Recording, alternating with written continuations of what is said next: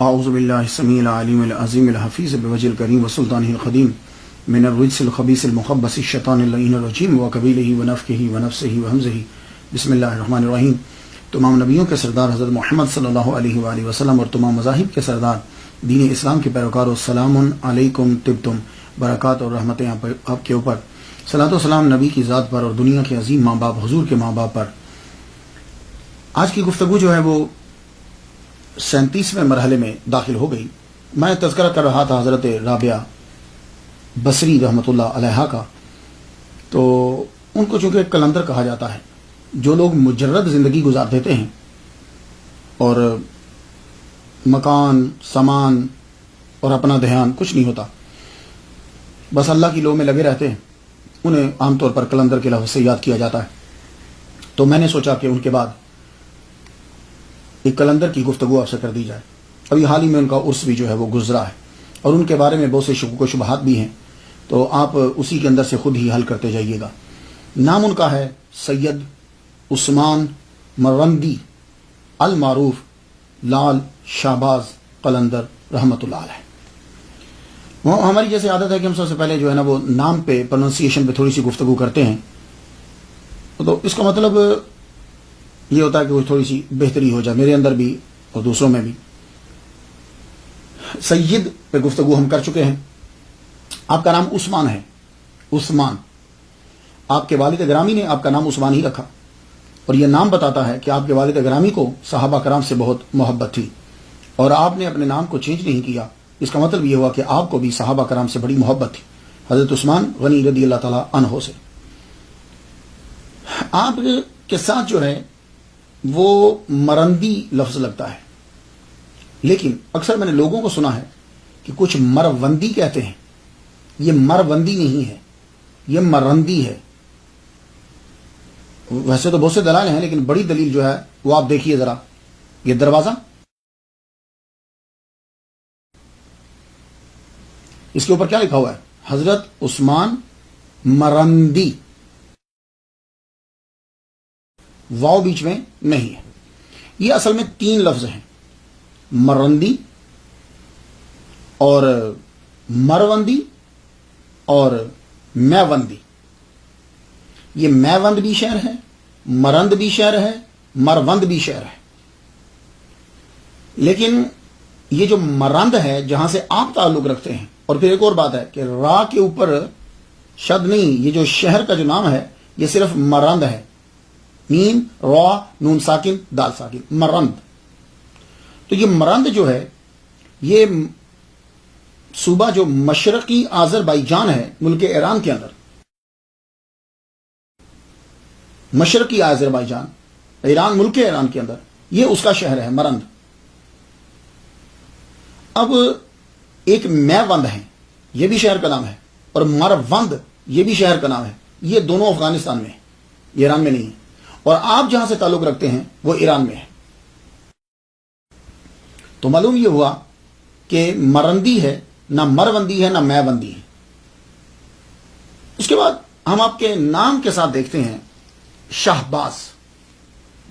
یہ آپ کے نام کا حصہ جو ہے وہ بعد میں بنا، شہباز، شاہ باز، یہ 2 ہیں لفظ، ان کا مرکب ہے۔ شاہ علیحدہ لفظ ہے اور باز علیحدہ لفظ ہے۔ شاہ کے اندر شاہ کا معنی جو ہے وہ ڈکشنری کی ہوتا ہے بڑا۔ میں اس کی مثال دیتا ہوں آپ کو، جیسے شاہ رگ، بڑی وین، شاہ رگ، شاہ توت، بڑا توت، شاہ خرچ، بڑا شاہ خرچ ہے، تو شاہ میں نے بڑا خرچ کرنے والا۔ شاہکار، اس کا شاہکار یعنی بڑا کارنامہ، کارنامے تو ویسے بھی ہیں اس کے، بڑے کام ہیں، لیکن یہ اس کا شاہکار ہے۔ اسی طرح شہباز، بڑا باز۔ تو شہباز جو آپ کے نام کے ساتھ لگتا ہے اس کا معنی ہوتا ہے بڑا باز۔ آپ کی پرواز، روحانی پرواز کی وجہ سے آپ کو یہ شہباز کا لقب دیا گیا، لقب آپ کا شہباز بنا روحانی پرواز کی وجہ سے۔ ویسے ایک لفظ اور آپ کے نام کے ساتھ، قلندر۔ یہ قلندر کیا ہے؟ یہ تو قلندر کے سے ایک اصطلاحی مراد ہے اور ایک قلندر کا لفظی معنی ہے۔ قلندر جو ہے یہ ایک گروہ ہے، گروپ ہے ایک فرقہ ہے، کوئی نام دے دیجیے آپ جیسے ریسرچ کریں گے آپ کو ویسے نام مل جائے گا. قلندر کہتے کسے ہیں؟ تو کچھ لوگوں نے شاعری کے اندر تشریح کی. محرما و انجم کا محاسب ہے قلندر. محاسب حساب کرنے والا، محاسبہ کرنے والا. ایام کا مرکب، یہ لفظ مرکب ہے، مرکب کہتے ہیں جس کے اوپر سوار ہو. ایام کا مرکب نہیں، راکب ہے قلندر، کہ یعنی وقت اس کے اوپر نہیں آتا، وہ وقت کے اوپر چڑھ جاتا ہے. یہ قلندر کے بارے میں کہا گیا. ایام کا مرکب نہیں، کہ ایام اس کے اوپر سوار نہیں ہوتے، وقت اس کے اوپر سوار نہیں ہوتا، وہ وقت کے اوپر سوار. راکب ہے یعنی سواری کرنے والا، قلندر اس کے اوپر سواری کرتا ہے. اور پھر کہا گیا کہ قلندر ہچ گویت دیدہ گویت، قلندر جو بات کرتا ہے وہ دیکھ کے کرتا ہے. یہ کچھ تھوڑی سی تشریحات ہو رہی قلندر کے بارے میں. ایک تعریف یہ کی گئی کہ قلندر وہ فقیر ہے جو تجرید و تفرید میں اکمل ہو، دونوں عالم سے بے نیاز، کائنات سے کٹ کر مستغرق فی العبادات، مجاہدات اور ذات حق ہو. یہ ایک تعریف کی گئی کہ صرف ذات میں گم ہو اور اسے کسی چیز کی خبر نہ طلب. ایک نظریہ ہے کہ قلندر اس ولی کو ٹائٹل دیا جاتا ہے جو مجرد زندگی گزارتا ہے، یعنی ساری زندگی شادی نہیں کرتا. جیسے لال شہباز قلندر ہیں، آپ نے شادی نہیں کی. آپ کے پیر ابراہیم قلندر، انہوں نے شادی نہیں کی. ان کے پیر یا مرید جیسے بھی ہے وہ سید جمال الدین ساؤجی رحمۃ اللہ علیہ، انہوں نے شادی نہیں کی. تو کہتے ہیں کہ جو مجرد زندگی گزار دے اس کو قلندر کہا جاتا ہے. ایک نظریہ یہ ہے کہ قلندر اولیاء میں سے اللہ کی خاص جماعت ہے جو خاص مقام پہ ہوتی ہے. ایک نظریہ یہ ہے کہ اولیاء کا یہ وہ گروہ ہے کہ جو ٹائم کی قید سے آزاد ہوتا ہے، یہ بھی کہا گیا. اب قلندر کا جو لفظ ہے اس کا میننگ کیا ہے؟ تو کہتے ہیں کہ یہ اصل میں ٹرکش ورڈ ہے، ترکی زبان کا لفظ ہے. قلندر اصل میں یہ ترکی زبان کا لفظ ہے. تو معنی اس کے ہوتے ہیں nomadic person trading in animals like goats and shapes. تو بعد میں یہ لفظ ان کے لیے استعمال ہونے لگا کہ جو پھر پھر کے تبلیغ کرتے ہیں. جس طرح نومیڈک پرسن جو ہے نا، نومیڈک پیپل جو ہوتے ہیں نا، یہاں آج ڈیرا لگایا، وہاں آج ڈیرا لگایا، پھر کہاں ان کی کوئی ایک جگہ نہیں ہوتی. تو کہتے ہیں اسی طرح یہ قلندر جو ہے یہ بھی ایک جگہ نہیں رکتا، یہ یوں پھر پھر کے تبلیغ جو ہے وہ کرتا رہتا ہے. تو بعض نے یہ کہا کہ قلندر فارسی زبان کا لفظ ہے، اس کا معنی ہوتا ہے رند، اوباش، یہ فارسی کے اندر ترجمہ کیا. لیکن اصطلاح صوفیہ کے اندر جو دنیا و مافیہ سے آزاد ہو جائے اسے کہتے ہیں قلندر.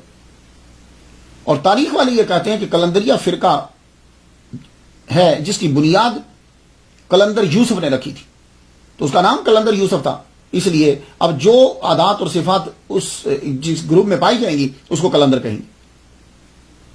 تو کچھ نے اشعار میں قلندر کے بارے میں یہ کہا کہ قلندر میرے والد گرامی طالب حسین شاہ، پیر طالب حسین شاہ رحمۃ اللہ علیہ، ان سے سنا تھا میں نے، حالات کے قدموں پہ قلندر نہیں گرتا، ٹوٹے بھی ستارہ تو زمین پر نہیں گرتا، سنتے ہیں سبھی دریا گرتے ہیں سمندر میں پر کسی دریا میں سمندر نہیں گرتا. یعنی سارے قلندر کے آگے جھک جائیں گے، قلندر کسی اور کے آگے نہیں جھکے گا. جس طرح آسمان سے ٹوٹا ہوا ستارہ زمین پر نہیں گرتا آگے. خیر یہ ایک شاعر کا اپنا تخیل ہے، لیکن سمجھانا وہ یہی چاہتا ہے کہ قلندر کسی کے آگے جھکتا نہیں ہے، وہ اپنی ہی سلطنت میں رہتا ہے اور خود ہی بادشاہ ہوتا ہے. اب آ جائیے، ان کے ساتھ ایک لفظ لگتا ہے لال. بولنے میں تو کوئی فرق نہیں ہے، ہم اکثر بول دیتے ہیں لال لال، لیکن لکھنے میں فرق آئے گا. لکھنے میں کیا فرق ہے؟ ایک ہوتا ہے لال، لام عین لام، اسے لال کہتے ہیں، اور ایک ہوتا ہے لال، لام الف لام. تو جب بولیں گے تو اکثر ہم ایک سا بول چلتے ہیں، لیکن جب لکھیں گے تو لکھنے میں فرق ہو جائے. اب سوال یہ ہے کہ شہباز قلندر جو ہیں یہ لال ہیں یا لال ہیں؟ تو دونوں ہیں، اور دونوں ویسے زیادہ تر لکھا لال بھی اور لال دونوں جاتا ہے. لال کہتے ہیں موتی کو. یہ جو موتی ہے یہ اصل میں ایک بڑی سخت چیز ہے، پیدا بڑی نرم شے میں ہوتی ہے. شل ہے کے اندر ٹیشوز ہوتے ہیں، نازک سے ٹیشوز، ان ٹیشوز کے اندر یہ ہارڈ چیز رب پیدا کر دیتا ہے. اس کا فارمولا سائنس میں اگر آپ جائیں گے تو اس کا فارمولا جو ہے وہ CaCO3 ہے، یعنی کیلشیم اور کاربونیٹ جو ہے، اللہ اس کی مقدار ذرا زیادہ ہوتی ہے، کیلشیم اینڈ کاربونیٹ. یہ اب دیکھیے کہ رب تعالیٰ کس طرح جمع کر کے اس کو، اسے موتی کہتے ہیں ہماری زبان کے اندر. تو یہ جو ہے یہ لال ہے، لال. اور واقعی حضرت عثمان مرندی رحمۃ اللہ علیہ صوفیہ کرام کے اندر لال ہے، موتی. لیکن بعض نے کہا کہ یہ لال ہے، لام الف لام. تو جب لال ہوگا تو لال کا معنی جو ہے فارسی زبان میں لفظ اس کا معنی سرخ ہوتا ہے. ویسے فارسی میں لال اور لال دونوں موتی کے معنی میں استعمال ہوتے رہتے ہیں، لیکن اردو کے اندر جب ہمیں ریڈ کہنا ہو تو پھر لال کہتے ہیں، اور جب موتی کہنا ہو تو لال کہتے ہیں. تو ریڈ کے لیے لفظ لال، لام الف لام. لیکن سوال یہ ہے کہ حضرت عثمان مرندی رحمۃ اللہ علیہ کو لال کیوں کہا جاتا ہے؟ تو بعض نے کہا جو لال جو کہتے ہیں وہ تو بات سمجھ میں آ گئی، تو جو لال کہتے ہیں وہ کیوں کہتے ہیں؟ تو کہتے ہیں کہ ان کو لال اس لیے کہا جاتا ہے کہ یہ سرخ رنگ کے کپڑے پہنتے تھے. تو اگر یہ سرخ رنگ کے کپڑے پہنتے تھے تو اس پہ پھر اعتراض آئے گا اسلام شریعت کی جانب سے. تو میں آپ کو ایک جواب دے دوں جو میری تحقیق ہے. اب دیکھیے اولیاء کرام کے بارے میں جو کچھ لکھا گیا وہ عقیدت مندوں نے لکھا، جس کا جو من چاہا اس نے لکھ دیا، جو اس کی سمجھ میں آیا، جو اس نے سنا، نہ اس نے ریسرچ کی نہ تحقیق کی، جو سنا جو اس کے من میں آیا اس نے لکھ دیا اولیاء کرام کے بارے میں. تو جیسی جانچ پڑتال میرے محمد صلی اللہ علیہ وآلہ وسلم کی سیرت پہ ہے، ان کی احادیثوں پر ہے، ویسی جانچ پڑتال ان کے بارے میں نہیں ہے. یہی وجہ ہے کہ کرامتیں ایک دوسرے کے ساتھ ملتی ہیں، بندوں کی ملاقات ایک دوسرے کے ساتھ ہوتی رہتی ہے، لیکن جو ہے وہ معلوم نہیں پڑتا. تو آپ جو سرخ کپڑے پہنتے ہیں، میری ریسرچ یہ ہے کہ یہ صرف اس وقت آپ کے اوپر سرخ چادر دی جاتی تھی جب آپ جذب کی کیفیت میں ہوتے تھے. یہ میری تحقیق ہے. آپ نے خود کا تعارف جو ہے وہ ملامتی فرقے میں کروایا. جیسے آپ کی بہت بڑی مشہور غزل ہے، اس کے اندر آپ فرماتے ہیں منم عثمان مرندی کہ یار خواجہ منصورم. اب اس میں دیکھیے کہ آپ اپنا تعارف عثمان نام بتا رہے ہیں، تو کتنا پیار ہے آپ کو صحابہ کرام سے. اس لیے جتنے بھی ان کے چاہنے والے ہیں ان کو چاہیے کہ حضرت عثمان غنی رضی اللہ تعالیٰ عنہ کی عزت کریں. منم عثمان مرندی کہ یار خواجہ منصورم ملامت می کنم خلقے و من بردار می رخصا. میرا نام عثمان ہے، مرندی ہے، اور خواجہ منصور جو ہیں وہ میرے دوست ہیں. ملامت می کنم خلقے، مخلوق جو ہے وہ مجھ پہ میری ملامت کرتی ہے مجھ پہ. وہ من بردار بھی رقص، میں یہ بوجھ اٹھائے رقص کرتا رہتا. تاریخ پیدائش کے اندر وہی جو مسئلہ ہے شروع میں چلتا ہے وہی چل رہا ہے ان کے اندر بھی. تاریخ پیدائش جو ہے وہ میں نے کافی ساری پڑھنے کے بعد، جس پہ زیادہ ریسرچ تحقیق اور لوگ جمع ہوئے، جمہور جو ہیں وہ 1178 عیسوی ہے، جس کا ابھی 2013 جا رہا ہے، اور 573 ہجری بنتا ہے.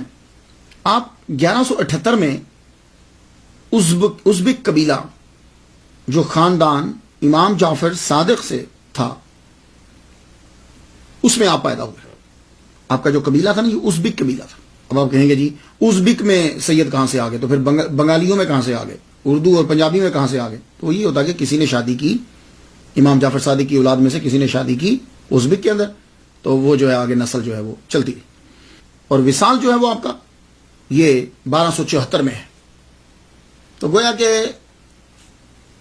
حضرت عثمان مرندی رحمۃ اللہ علیہ المعروف لال شہباز قلندر 97 سال جو ہیں وہ زمین کے اوپر چیے.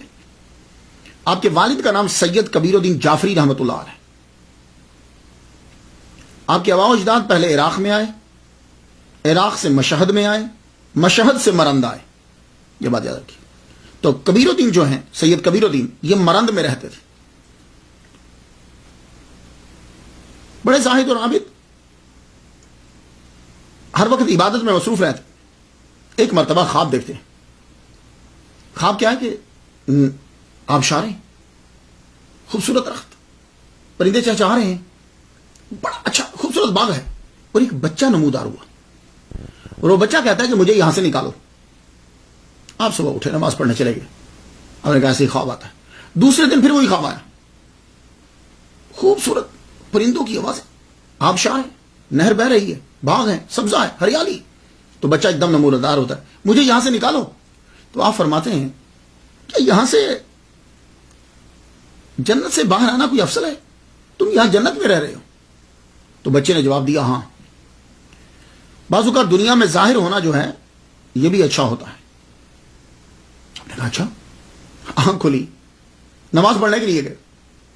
بڑے دوسرے دن بھی سیم خواب جب آئے نا تو آدمی ذرا تھوڑا سا سوچنے لگ جاتا ہے. ایک بزرگ جب سب مسجد سے چلے گئے تو وہ بزرگ اٹھے اور قریب آئے ان کے سید کبیر الدین رحمۃ اللہ علیہ، آ کے کہنے لگے لڑکے کچھ پریشان ہو تم؟ کہا حضور ایک خواب آیا ہے اس کے لیے پریشان ہو. کہا کیا خواب ہے؟ کہا ایک بچہ ہے 2 دن سے ظاہر ہوتا ہے ایسے باغ سے، کہتا ہے کہ مجھے یہاں سے نکالو. تو میں اسے کہتا ہوں کیا جنت سے باہر نکلنا افضل ہے؟ تو آج رات جو خواب آیا تو وہ کہتا ہاں دنیا میں ظاہر ہونا بھی اچھا ہے. تو وہ بابا پوچھتے ہیں سید تیری شادی ہوگی؟ کہا حضور نہیں. فرمان لگے جاؤ وہ بچہ یہی کہہ رہا ہے، وہ تیرا بیٹا ہے، تو اس کا یہ اشارہ ہے کہ تم فوراً شادی کرو. آپ نے فرمایا اچھا، جو اللہ تعالیٰ کرم فرمائے. تو آپ مرند شہر میں رہتے تھے، تو وہاں کا حاکم جو ہے سلطان شاہ، اس کو خواب آیا کہ تم اپنی بیٹی کی شادی جو ہے وہ سید کبیر الدین سے کر دو. تو آپ کا خاندان تو مرند میں پہلے ہی مشہور تھا، امام جعفر صادق کی اولاد سے ہیں. تو سلطان شاہ نے اپنی بیٹی کی شادی سید کبیر الدین سے کر دی. جب شادی ہوئی تو ان کے ہاں جو بیٹا پیدا ہوا وہ دنیا میں لال شہباز قلندر کے نام سے مشہور ہوا. آپ نے اپنے بیٹے کا نام عثمان رکھا. یہ نام رکھنا یہ بتلاتا ہے کہ جعفر صادق رحمۃ اللہ علیہ کی اولاد ہونے کے باوجود آپ کو حضرت عثمان غنی رحمت رضی اللہ تعالیٰ عنہ سے محبت ہے. آدمی دشمنوں کے ناموں پہ اپنے بچوں کے نام نہیں رکھتے، دوستوں کے ناموں پہ نام رکھے جاتے. ابتدائی تعلیم والد گرامی زاہد و عابد آل رسول اور ماں سلطان شاہ کی بیٹی، تو کیا تعلیم کی کمی ہوگی؟ ادب آداب تو مروجہ علوم تو گھر میں ہی سیکھ لی. قرآن مجید جو ہے وہ حفظ کر لیا.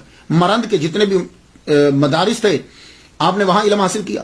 18 سال کے ہوئے تو آپ کے والد گرامی سید کبیر الدین کا انتقال ہو گیا، اور جب آپ 20 سال کے ہوئے تو آپ کی والدہ محترمہ کا انتقال ہو گیا. تو یہ دو ہی تو زنجیریں تھیں، یہ دو ہی تو کشش منبع تھے کہ جن کی وجہ سے یہ مرند میں رہ رہے تھے. جب دونوں کا وصال ہو گیا تو لال شہباز قلندر رحمۃ اللہ علیہ نے مرند کو چھوڑ دیا. مرند چھوڑ کر آپ بغداد جو ہے وہ تشریف لے گئے. آپ نے جتنا سیکھ سکتے تھے، آپ خود اندازہ لگا لیجیے کہ ایک عام نارملی امیر آدمی جو ہے وہ اپنے بچے کو کتنا سکھاتا ہے. تو یہ تو سلطان شاہ کے نواسے اور آل رسول کے بیٹے، تو جو چیزیں جدھر سے آتی ہیں وہ سب کی سب سیکھ لی ہیں. کوئی ایسی چیز کم ہی ہوگی کہ جو آپ کو سیکھنا ہے ابھی، لیکن پھر بھی طلب ہے کہ میں زیادہ سیکھوں. تو جب تک والد گرامی اور والدہ ماجدہ رہیں تب تک آپ مرند میں رہے. جب وہ دنیا سے رخصت ہو گئے تو 20 سال کے آپ ہوئے تو آپ نے مرند کو چھوڑ دیا. آپ بغداد روانہ ہوئے. وہاں جا کر پھر آپ نے علم حاصل کیا، عربی، فارسی، قرآن، حدیث، خاص طور پر صرف اور نحو عبور حاصل آپ کو. کیوں؟ اور علم لسانیات، زبان کے تو انگریزوں نے بھی یہ لکھا ہے کہ آپ لسانیات کے ماہر تھے، اور صرف و نحو گرامر کے بھی آپ ماہر تھے.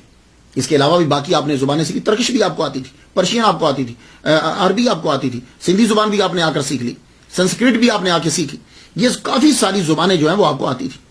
بغداد میں رہ کر آپ نے باقی علم حاصل کیا. اس کے بعد آپ تصوف میں جانے لگے. امام موسیٰ کاظم رحمۃ اللہ علیہ کی کے روزے کے اوپر آپ دعا پڑھ رہے ہیں، فاتحہ پڑھ رہے ہیں.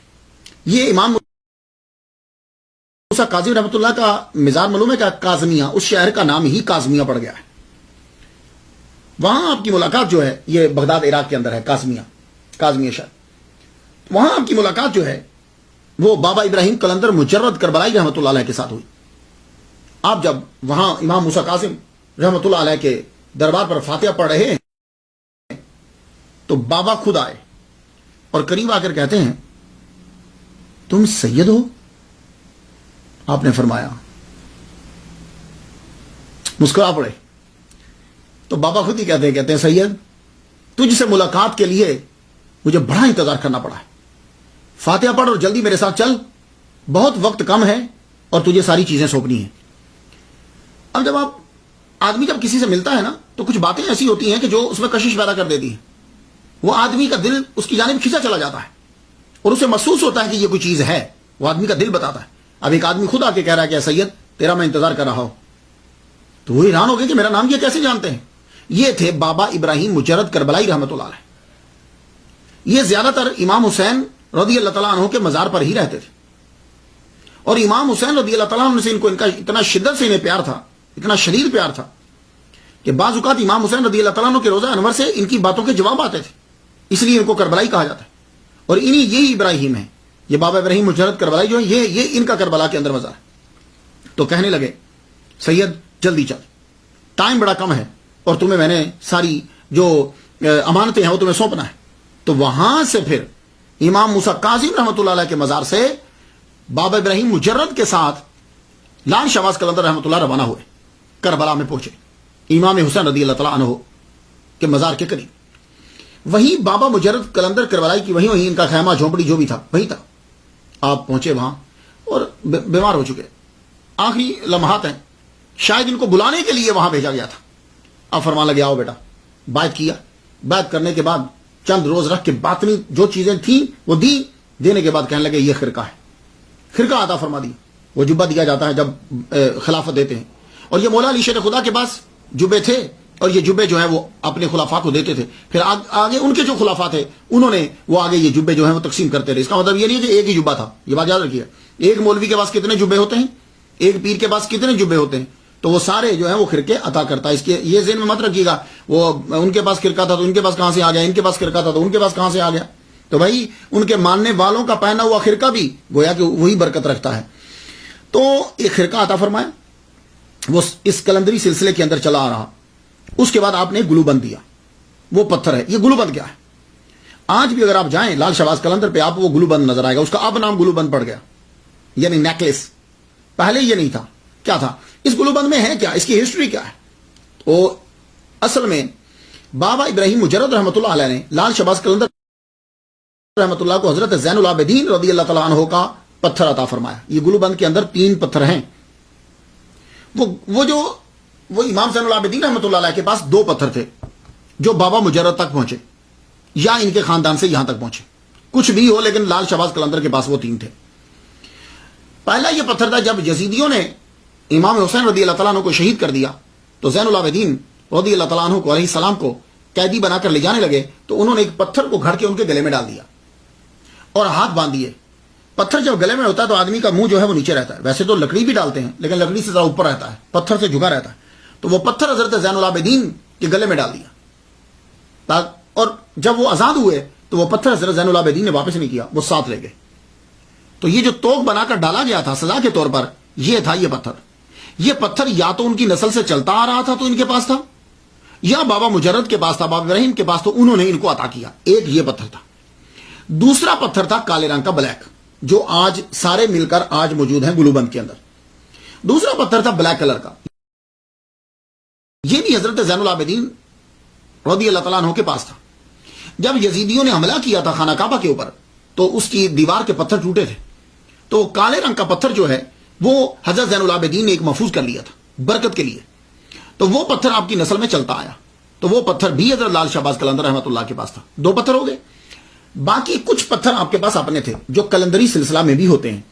کلندر گلے میں پتھر رکھتے ہیں یا تو وہ کلندر کی رسم کو پورا کرنے کے لیے, اور بڑی ریزن یہ ہوتی ہے کہ کلندری فرقہ کے اندر وہ پتھر گلے میں ڈالا جاتا ہے تاکہ نظر جو ہے وہ جھکی رہے, نظر جھکی رہے. اور کہتے یہ ہے کلندری سلسلہ کے اندر کہ یہ پتھر جو ہے جسم پہ, روح پہ, توجہ دیجیے گا, جسم پہ, روح پہ, خودی پہ, تکبر پہ ان پتھروں کے ساتھ کنٹرول کیا جاتا ہے. یہ اس فرقے کے اندر ایک رسم ہے. تو یہ 3 پتھر جو ہیں, کالا پتھر وہ بھی حضرت زین العابدین کا لیکن خانہ کعبہ کا, دوسرا پتھر جو حضرت زین العابدین کے گلے میں ڈالا گیا تھا وہ, اور تیسرے کچھ آپ کے پتھر. یہ بعد میں تینوں پتھر ملا کر کیا کیا کہ ان کو چاندی کے ایک کور کے اندر رکھ دیا گیا. ذرا دیکھیے.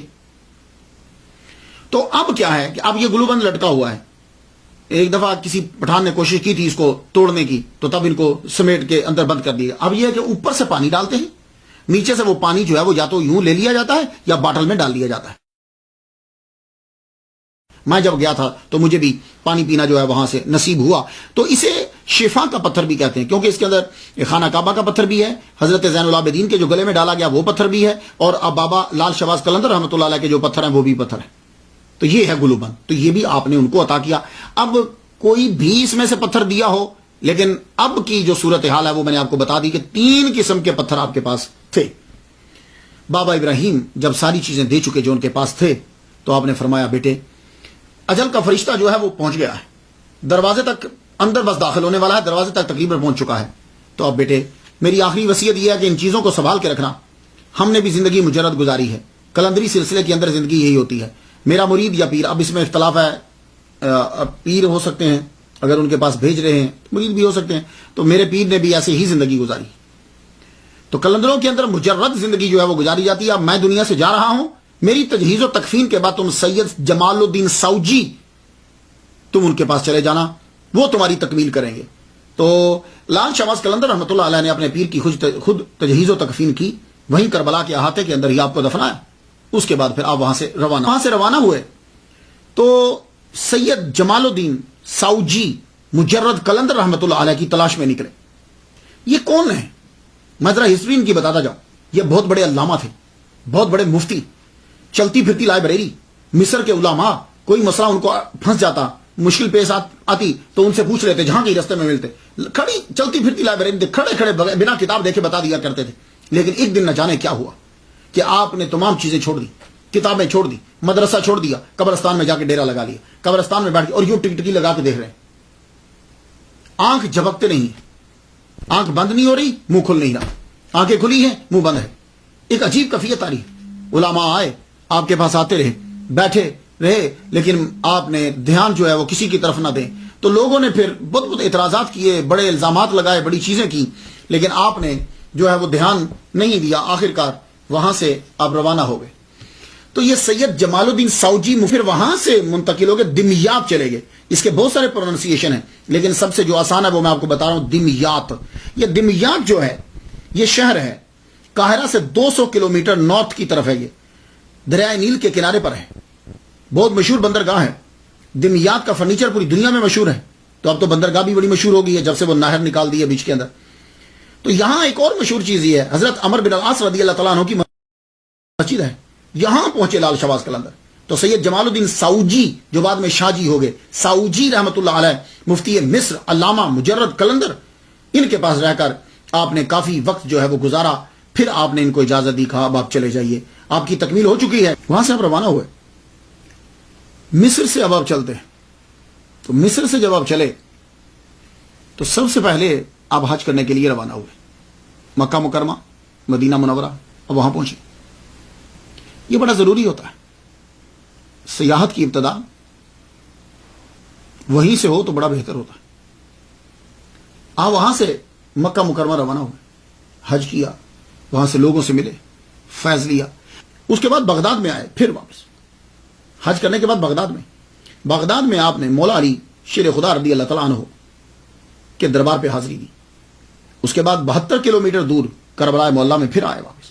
امام حسین رضی اللہ تعالیٰ عنہ کی، امام اعظم رحمۃ اللہ علیہ کی قبر پہ حاضری دی. حضرت عبدالقادر گیلانی رحمۃ اللہ علیہ کی قبر پر حاضری دی. فاتحہ پڑھتے جاتے، اپنے حصے کا فیض لیتے جاتے. اب وہاں بغداد سے آپ چل پڑے. تو جو راؤٹ تھا اس دور میں، اور بھی جگہیں آپ پھرتے رہے. ملتان، مکران، یہ کوس جو ہے سمند کنارے مکران تک آپ پہلے پہنچے. مکران میں آپ نے قیام کیا. یہاں آپ نے پنج گور، بلوچی زبان میں پنج گور کی وادی میں آپ نے قیام فرمایا. یہ ضلع مکران کی 3 تحصیلوں میں سے ایک تحصیل ہے. بلوچستان، صوبہ بلوچستان کا ضلع مکران، مکران کی آگے 3 تحصیلیں، 3 تحصیلوں میں سے پنج گور ایک تحصیل ہے. وہاں آپ نے قیام فرمایا. کچھ دیر رکے. اس کے بعد پھر آگے بڑھے. بلوچستان میں وہ جگہ دشت شہباز کے نام سے مشہور ہے. کہتے ہیں کہ وہاں بھی آپ نے قیام کیا، اور بہت سے بلوچی جو ہیں آپ کے فالوور ہوئے اور آپ نے ان کو تبلیغ کی. اس کے بعد منگھو پیر کے اندر بھی آپ آئے، جسے منگو پیر بولتے ہیں. منگھو پیر کے اندر بھی آپ آئے. وہاں پہاڑی ہے، پہاڑی کے اوپر آپ نے چلا کاٹا ہے. اور یہ جو نیچے پیر صاحب ہیں، منگھو پیر جو ہیں، یہ اصل میں کہتے ہیں کہ بابا فرید الدین گنج شکر رحمۃ اللہ علیہ کے مرید ہیں. گاڈ نوز بیٹر، اس میں بھی بہت سی سٹوریز ہیں. سید حاجی شیخ حسن سلطان بتایا جاتا ہے ان کا نام. تو کہتے ہیں کہ وہ جو چشمہ پیدا ہوا تھا، فاؤنٹین جو نیچے سے نکلا ہے، وہ لال شہباز قلندر رحمۃ اللہ علیہ کی کرامت ہے. آپ اوپر چلا پہ بیٹھے تھے، نیچے اللہ تعالیٰ نے آپ کے لیے پانی. خیر، اس کے بعد پھر کہتے ہیں کہ آپ ملتان آئے. ملتان میں جب آئے تو ملتان اس دور میں ہند سندھ کا جو ہے وہ بغداد کہلواتا تھا. یہاں کے لوگ بھی اور یہاں کے حکمران بھی علم کے اور صاحب علم کے قدردان ہوتے تھے. بہاؤالدین زکریا ملتانی رحمۃ اللہ علیہ تب آپ کا توتی بولتا تھا، مرکز تھا یہ. تو جس وقت لال شہباز قلندر رحمۃ اللہ علیہ ملتان میں تشریف لائے ہیں تو تب ناصر الدین قباچہ کی حکومت تھی. اس کا دور حکومت 1203 عیسوی سے لے کے 1228 عیسوی تک ہے. یہاں آپ کی ملاقات حضرت بہاؤالدین زکریا ملتانی رحمۃ اللہ علیہ سے ہوئی. اکثر لوگ کہتے ہیں کہ بہاؤالدین زکریا ملتانی رحمۃ اللہ کے یہ مرید ہے لال شہباز قلندر. یہی وجہ ہے کہ سہراوردی جو ہیں ان تمام کا یہ دعویٰ ہے کہ لال شہباز قلندر سہراوردی ہیں. لیکن تحقیق کریں اور حقیقت یہی ہے کہ بہاؤالدین زکریا ملتانی رحمۃ اللہ سے آپ کی دوستی تھی، اور دوستی بہت گہری تھی. اور اس گہری دوستی اور سنگت کی وجہ سے لوگوں نے یہ کہہ دیا کہ آپ ان کے جو ہیں وہ مرید ہیں، جبکہ آپ ان کے مرید نہیں ہیں. آپ کی دوستی بابا فرید الدین گنج شکر رحمۃ اللہ علیہ سے، آپ کی دوستی بہاؤالدین ملتانی زکریا ملتانی رحمۃ اللہ علیہ سے. اور یہ دوستی جو ہے بہاؤالدین زکریا ملتانی رحمۃ اللہ علیہ 1170 عیسوی میں پیدا ہوئے اور وصال آپ کا 1267 عیسوی میں ہے. لال شہباز قلندر سے 7 سال بڑے ہیں اور ان کے وصال سے 7 سال پہلے ہی یہ وصال پا گئے تھے. تو ملتان میں جب آپ نے قیام کیا، اس کے بعد سیون شریف میں، سیون شریف جسے ہم بول دیتے ہیں، اس میں ہاں آتی ہے لیکن ہاں بولنے میں نہیں بولتے کیونکہ مشکل لگتی ہے. سیون شریف، سیون میں آپ جب پہنچتے ہیں، اس کے بعد بھی کئی بار آپ بہاؤالدین زکریا ملتانی رحمۃ اللہ کے ملنے کے لیے ملتان آئے. اتنی دوستی آپ کی مضبوط تھی. بابا فرید الدین گنج شکر رحمۃ اللہ علیہ سے بھی آپ کی لال شہباز قلندر رحمۃ اللہ کی ملاقات ہے. یہ اور ملتان میں بھی ہوتی رہی اور سیاحت کے دوران بھی ہوئی، کیونکہ یہ لوگ چلوں کے لیے، تبلیغ کے لیے اور بہت سے مقامات پر یہ اکٹھے بیٹھا کرتے تھے. بابا فرید الدین گنج شکر رحمۃ اللہ علیہ کی پیدائش جو ہے 1173 عیسوی میں ہے اور وصال آپ کا 1266 عیسوی میں ہوا. تو آپ لال شہباز قلندر رحمۃ اللہ سے 4 سال بڑے ہیں اور قلندر کے وصال سے 8 سال پہلے آپ کا جو ہے وہ وصال ہو گیا. تو معلوم ہوا کہ آپ کی ملاقات بھی ان سے ممکن ہے اور ہوئی آپ سے. تو جو بھی ملاقات جب کسی بزرگوں سے کروائی جاتی ہے تو پلیز صرف اتنا دیکھ لیا کریں کہ کیا اس دور میں وہ ولی زندہ بھی تھا کہ نہیں، کیا اس دور کے اندر وہ ولی کی اتنی عمر تھی کہ یہ جا کر وہاں بیٹھتے. یہ بھی ذرا دیکھ لیا کریں، کیونکہ ہمیں بہت ساری چیزوں پہ پھر دوبارہ سے دھیان دینا ہے. صرف اتنا ہی نہیں کہ فلاں صاحب نے یہ لکھ دیا ہے تو ہم اسی طرح لکھ دیں. جیسے لال شہباز قلندر رحمۃ اللہ علیہ کی ملاقات بو علی شاہ قلندر رحمۃ اللہ علیہ کے ساتھ اس طرح بتلائی جاتی ہے اور دیو مالائی قصے بیان کیے جاتے ہیں کہ جیسے یہ اسلام کا کوئی حصہ نہیں ہے بلکہ ماں بھارت کا کوئی ایک کریکٹر ہے. عجیب عجیب قسم کی سٹوری میں پڑھتا ہوں لیکن میں وہ بیان نہیں کرتا، ٹائم نہیں ہوتا. تو ایک بات یاد رکھیے گا، لال شہباز قلندر رحمۃ اللہ علیہ اور بو علی شاہ قلندر ملاقات ہو سکتا ہے، پاسبل ہو سکتا ہے کہیں ہوئی ہو، میں انکار نہیں کرتا. لیکن جو یہ کہا جاتا ہے کہ لال شہباز قلندر اجازت لے کر آئے بو علی شاہ قلندر سے یہاں، یہ ٹوٹلی رانگ ہے، ٹوٹلی غلط ہے. وہ کس طرح؟ سن لیجیے. بو علی شاہ قلندر رحمۃ اللہ علیہ 1209 میں پیدا ہوئے ہیں. غور سے سنیے گا، بو علی شاہ قلندر 1209 میں پیدا ہوئے ہیں. آپ لال شہباز قلندر رحمۃ اللہ علیہ سے 32 سال چھوٹے ہیں. 32 سال چھوٹے ہیں آپ. اور جب لال شہباز قلندر 1227 میں سیون شریف میں سیون میں داخل ہوئے تو بو علی شاہ قلندر رحمۃ اللہ کی عمر ٹوٹلی 17 سال تھی. 17 سال کے لڑکے تھے تب، 17 سال کی عمر تھی آپ کی. اب باقی ساری سٹوریز کا اندازہ آپ خود لگا لیجیے. تو تب آپ کی عمر کتنی تھی؟ 51 سال کے 50 سال کے قریب تو تھی آپ کی عمر جب آپ سیون شریف میں داخل ہوئے. تو اب خود سوچئے کہ باقی یہ سٹوریز اور یہ کیا ہوگا. اور جب لال شہباز قلندر رحمۃ اللہ علیہ بہاؤالدین زکریا ملتانی رحمۃ اللہ علیہ کے ساتھ، بابا فرید الدین گنج شکر رحمۃ اللہ علیہ کے ساتھ روحانیت کے اعلیٰ مقامات کی سیر کر رہے تھے، تب بو علی شاہ قلندر رحمۃ اللہ کی عمر ٹوٹلی 20 سال تھی، اس سے بھی کم تھی. تو آپ نے جا کر سیون شریف میں جا کے قیام کیا. سیون شریف میں تقریباً 1227 میں یا اسے آگے آپ جو ہیں وہاں پہنچے، کیونکہ 50 سال کی عمر تک تو آپ کو وہاں پہنچنا چاہیے. باقی کے واقعات اور باقی کی چیزیں یہ بتاتی ہیں کہ تقریباً اتنی عمر میں آپ پہنچ گئے ہیں. کچھ لوگ یہ ثابت کرنا چاہتے ہیں کہ آپ وہاں پہنچے تو صرف 10 سال 11 سال رہے، لیکن نہیں، وہ جو واقعات ہیں اور آپ کی جو باقی چیزیں ہیں وہ یہ تقاضا کرتی ہیں کہ بہت سارا وقت ہو جو آپ نے وہاں صرف کیا ہے. تو آپ وہاں پہنچے.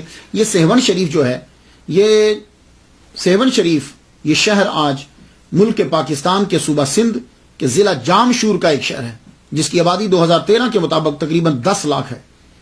کچھ لوگوں نے یہ لکھا ہے کہ 1251 میں عیسوی میں سیون شریف میں آپ آئے تو تب آپ کی عمر 73 سال بنتی ہے. آپ 51-50 سال کی عمر میں بہت لیٹ بھی آئے ہیں، تو 50 سال کی عمر میں سیون شریف کے اندر آپ نے قیام جو ہے وہ جا کے فرما دیا. اور اب سوال یہ ہے کہ آپ نے سیون شریف میں ہی قیام کیوں کیا، کسی اور جگہ کیوں نہیں گئے؟ تو ایک تو جواب یہی ہوتا ہے کہ اللہ کی طرف سے آرڈر یہی تھا.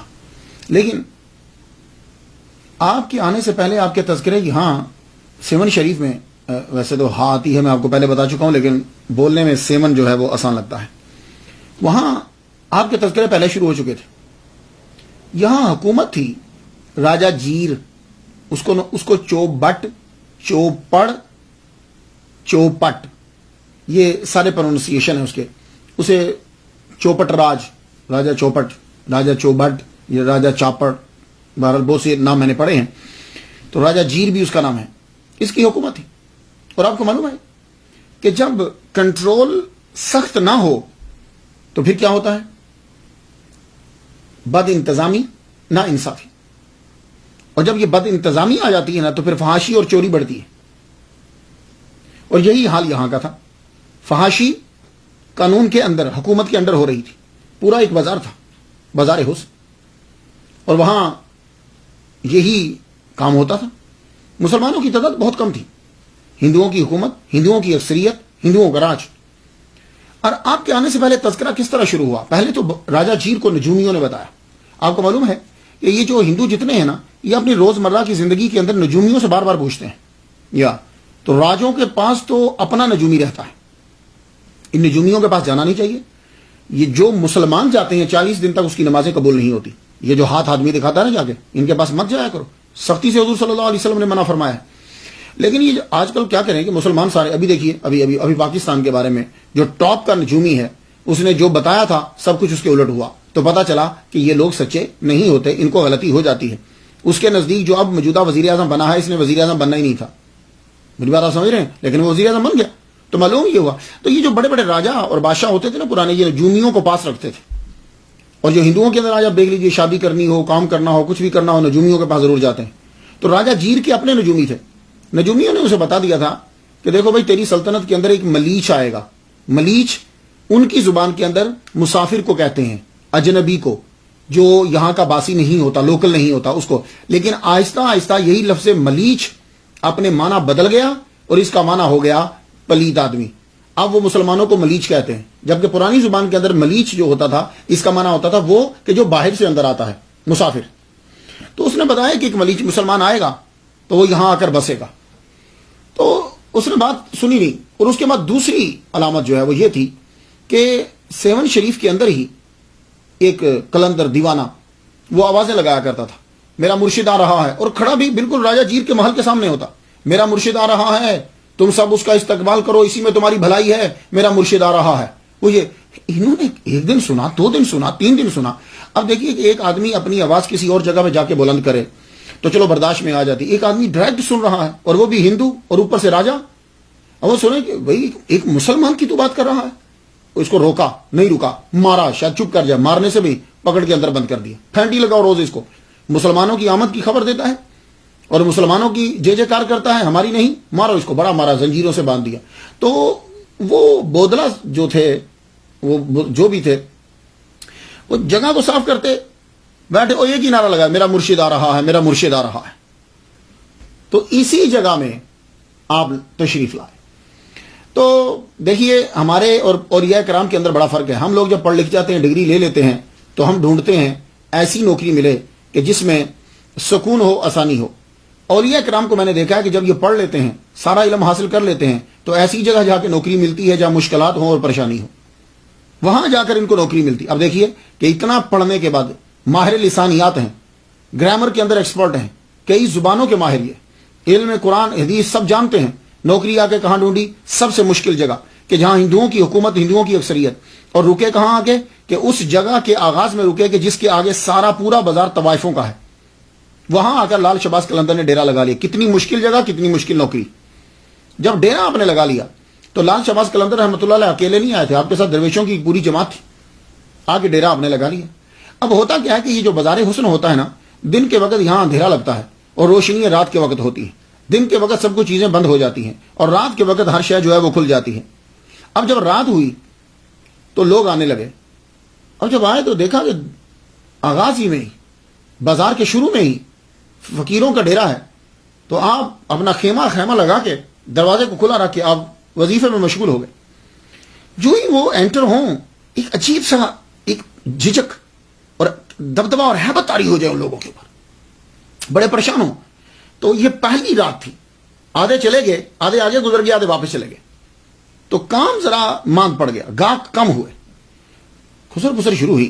کہنے لگے یار آج گاہک کچھ کم آئے ہیں، پتہ تو کرو کیا وجہ کیا ہے. لوگ آپ کو پتا بازار میں پھرتے ہی رہتا ہوں، بتایا یار کچھ لوگ آئے ہیں، آ کے ڈیرا لگا لیا بازار کے شروع میں انہوں نے. صبح کے وقت سب گئے، کہنے لگے او تمہاری وجہ سے لوگ جو ہیں وہ کم آئے ہیں، تم یہاں سے اپنا ڈیرا ہٹا لو. آپ نے فرمایا بھئی دیکھو ہم اللہ کے بندے ہیں، اس کی زمین کے اوپر آ کے بیٹھے ہوئے ہیں. یہ تمہارے نہ تو بازار کے اندر ہے نہ یہ تمہاری ملکیت ہے، ہم باہر بیٹھے ہوئے، ہم تو اللہ کے حکم کے پابند ہیں۔ یہ درویشوں سے گفتگو ہو رہی ہے۔ واپس چلے گئے یہ لوگ، باقی بات تو ٹھیک تھی۔ دوسرے دن کیا ہوا کہ دوسری جب رات ہوئی، اب لوگ جو پہلی رات آئے تھے اس سے بھی کم آ گئے، تو لوگوں سے پوچھا جاتا تم آتے کیوں نہیں؟ کہنے لگے جو ہی داخل ہوتے ہیں تو ایک دل پہ دبدبا، روب طاری ہو جاتا ہے، ایک شرم سی محسوس ہوتی ہے۔ اب دوسری رات جب بالکل ہی مان پڑ گیا تو اب طوائفیں جو ہیں وہ خود آئیں، طوائفیں خود آئیں اور آگے درویشوں سے بات کرنے لگی۔ تو انہوں نے کہا ہم سے بات مت کرو، جاؤ ہمارے شیخ کے پاس جاؤ، ہمارے پیر کے پاس جاؤ۔ کہا وہ خیمے میں ہے۔ اب آپ کو معلوم ہے کہ یہ بات تو ہوتی ہے، مولوی، درویش، ولی کامل جب ان کے سامنے لوگ آتے ہیں تو شرم تو محسوس کرتے ہیں۔ سر کو انہوں نے ڈھانپ لی، اندر گئی، داخل ہو کے کہنے لگی ہم یہ تو نہیں جانتے کہ آپ کون ہیں، کیوں آئے ہیں آپ، لیکن ہم آپ کو اتنا بتا دیں کہ آپ کی وجہ سے ہمارا کاروبار ٹھپ ہو گیا ہے۔ لال شہباز قلندر رحمۃ اللہ علیہ، آپ کے گلے میں وہ پتھر رہتا تھا، اس کی وجہ سے سر جھکا رہتا تھا۔ سر جھکائے، اپنے عورتوں کے چہرے کو نہیں دیکھا، سر جھکائے، فرمانے لگے، کہنے لگے دیکھو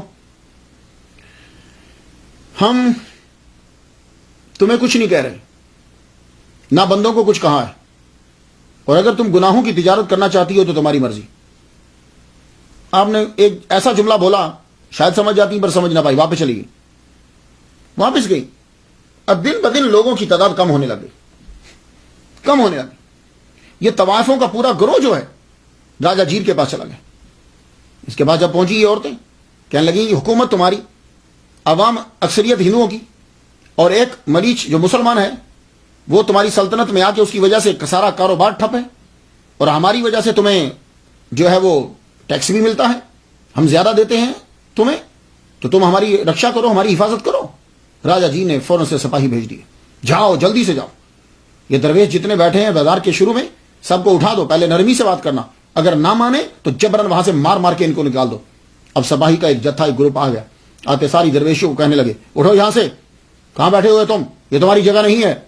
تو درویش جو ہیں وہ اکڑ کے بولے سنو، ہم تمہارے حکم کے پابند نہیں ہیں، ہم اپنے شیخ کے حکم کے پابند ہیں، اپنے کلندر کے حکم کے پابند ہیں۔ کہا کون ہے تمہارا کلندر؟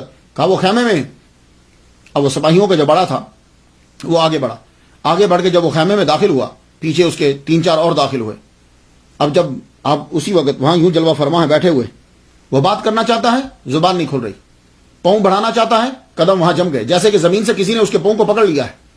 لال شہباز قلندر اپنا پڑھتے جا رہے ہیں، وہ بولنا چاہتا ہے لیکن زبان نہیں ہل رہی، ایسے جیسے کسی نے طاقت کو سلب کر لیا ہے، اور جب واپس مڑنے لگے تو طاقت بحال ہو گئی۔ ایک دم سے تمام سپاہیوں کے اندر روب اور دبدبا بیٹھ گیا۔ واپس جا کے راجا جیر سے کہنے لگے راجا ہم تمہیں کچھ بتا نہیں سکتے، ہماری زبانیں وہاں جا کے بند ہو جاتی ہیں، پاؤں ہمارے جو ہیں وہ جکڑے جاتے ہیں، ہم کچھ نہیں کر سکتے۔ یہ ایک ایسی بات تھی کہ جس سے راجا کے دربار کے اندر بھی جو ہے وہ دبدبا ہوا۔ راجا نے نجومیوں کو بلا لی، کہنے لگا یار یہ کیا ہے مسئلہ، آئے دن ہم کمزور سے کمزور پڑتے جا رہے ہیں، یہ کیا ہے؟ تو نجومیوں نے وہی جملہ یاد دلایا، کہا ہم نے آپ سے کہا تھا کہ ایک ملیچ آئے گا، یعنی ملیچ آپ کو معلوم ہے ان کی زبان کے اندر، سنسکرت کے اندر کہتے ہیں جو مسافر ہوتا ہے، کہ وہ آئے گا مسلمان اور یہاں رہے گا، اور یہ وہی ہے، یہ آ گیا ہے۔ اب تم اس کو کسی طریقے سے زیر نہیں کر سکتے راجا، یہ بات سن لو۔ لیکن آپ کو معلوم ہے کہ جو اس سیٹ کے اوپر بیٹھ جاتا ہے نا، وزارت کی، بادشاہت کی سیٹ پر، اس کا دماغ کی پرواز کہیں اور ہی ہوتی ہے۔ کیا لگا لو، دولت سے کیا نہیں ہو سکتا، میں اپنی دولت کے ساتھ ان کو یہاں سے لالچ دے کے نکال دوں گا، یہ رہنا ہی چاہتے ہیں نا تو کہیں اور جا کے چلے جائیں۔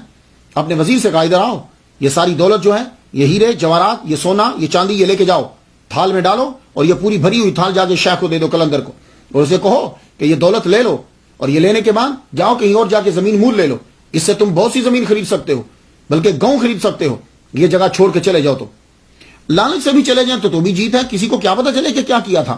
اب وزیر خود آیا، کلندر کے خیمے میں داخل ہوا، لال شہباز قلندر جلوہ فرما ہے، اور اللہ کے بندے کلندر تو کہتے ہی اسے ہے جو دولت کی طرف نظر اٹھا کر نہیں دیکھتا، تم اسے دولت دینا چاہتے ہو؟ جب ان کے دربار میں پہنچے تو کلندر کی ایک علامت آپ کو میں بتا دوں، کلندر جو ہوتے ہیں ان کا مچ ہوتا ہے، یہ ان کی نشانی ہے، وہ آگ جلتی رہتی ہے، وہ اس مچ کے بڑے فائدے ہوتے ہیں، یہ نہیں کہ وہ آگ کے پجاری ہوتے ہیں۔ مچ کا ایک فائدہ ہوتا ہے روشنی ملتی ہے، دوسرا فائدہ کیا ہوتا ہے کہ وہ بیچارے درویش کھانا پکا لیتے ہیں، سمجھ آ گئی ہے؟ تیسرا جو ہے فائدہ ہوتا ہے وہ سردی سے بچتے رہتے ہیں، گرمی کے اندر ذرا تھوڑی سی ماند پڑ جاتی ہے۔ میرے پیر و مرشد ہیں سید رضا شاہ گیلانی رحمۃ اللہ علیہ، ان کی بھی قلندرانہ ہی عادت تھی، تو ان کے ہاں بھی میں نے دیکھا درویش جو ہیں وہ جلایا کرتے تھے۔ تو یہ مچ جو ہے، مچ اس کے بہت سے فوائد ہوتے، تو وہ مچ جو ہے نا وہ آپ کے سامنے جلتا تھا جہاں بیٹھتے تھے، درویش کھانا بھی پکا لیتے اور بھی کام ہوتے رہتے۔ وہ دولت لے کر آیا، تھال بھرا ہوا کہ شاید قلندر کو خرید لیں گے، تو حالات کے قدموں پہ قلندر نہیں گرتے۔ تو جب لایا کہنے لگا جی یہ راجا نے بھیجا ہے، آپ یہ دولت لیجئے اور یہ جگہ کو چھوڑیے اور چلے جائیے یہاں سے۔ آپ نے وہ تشت پکڑ کے نا، دولت پوری پکڑ کے جلتے ہوئے مچ کے اندر پھینک دی، اور مچ قلندر کے بعد شاید مچ بجھا، جب قلندر بیٹھا ہو پھر مچ جو ہے وہ آگ جو ہے وہ جلتی ہے پھر خوب۔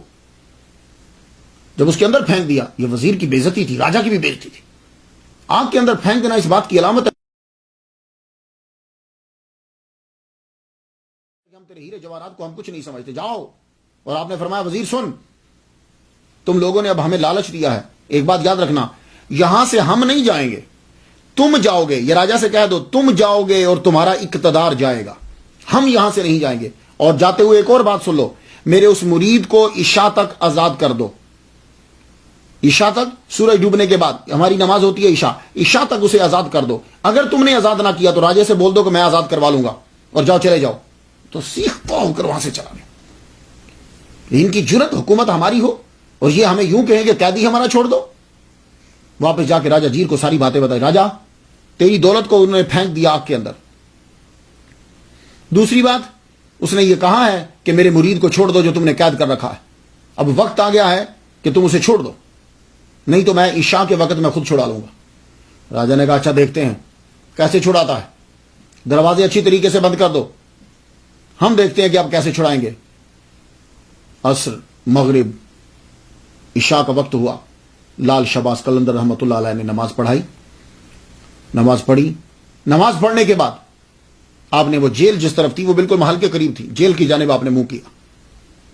جب آپ نے جیل کی جانب منہ کیا تو آپ فرمانے لگے، بلند آواز سے کہنے لگے، او بودلا کہاں ہو تم، آؤ تمہیں دیکھنے کو آنکھیں ترس گئی ہیں۔ بھائی اتنا جملہ ہی کہا، ایک دم سے بودلا اٹھے، میرا مرشد آ گیا، میرا مرشد، پھر وہی میرا مرشد آ گیا، میرا مرشد آ گیا۔ آواز ان کے کانوں میں پڑی، زنجیریں ایک دم سے کھل گئی، زنجیریں خود بہت کھل گئی، زنجیریں کھلی، میرا مرشد آ گیا، میرا مرشد آ گیا۔ یوں دوڑے تو دروازہ کھل گیا۔